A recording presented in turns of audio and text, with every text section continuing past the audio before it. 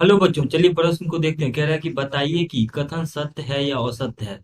यदि x कर्मित युग्म में दिया गया है कि x-2 वाई जोड़ 5 बराबर दूसरे दूसरे कर्मित युग्म के बराबर है, ये -2 1/3 के ये बराबर है, तो x बराबर 4 और y बराबर -14/3, ये हमें बताना है कि सत्य है अथवा असत्य। तो दिए गए प्रश्न के लिए हमारे पास जो मुख्य अवधारणा है, मुख्य अवधारणा, यदि हम इस प्रश्न के लिए देखें तो मान लीजिए कर्मित युग्म x, y बराबर a, b है। तो हम यहाँ पे तुलना करके लिख सकते हैं कि x बराबर a है तथा y बराबर b है, इस प्रकार से।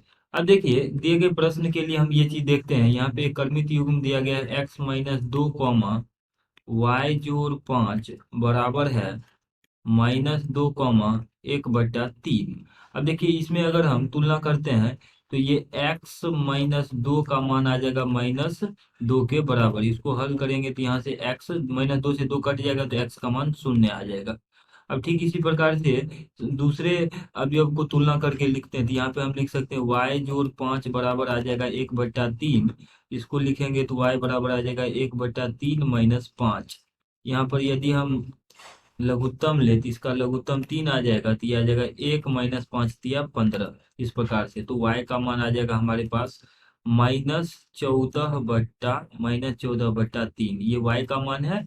और x का मान यदि देखें तो x का मान 0 के बराबर है। यही दिए गए प्रश्न का हल है। लेकिन इसमें क्या है, प्रश्न में हमसे पूछा गया है कि x बराबर हमने निकाला है तो x बराबर 0 और y बराबर -14/3 है। लेकिन प्रश्न में यहाँ पे कह रहा है कि कथन में x बराबर 4 और y बराबर -14/3, यानी y का मान तो समान है लेकिन x का मान यहाँ 4 है, यहाँ 3 है। अर्थात दिया गया कथन जो है, यहाँ पर हम लिखेंगे दिया गया कथन दिया गया कथन असत्य है,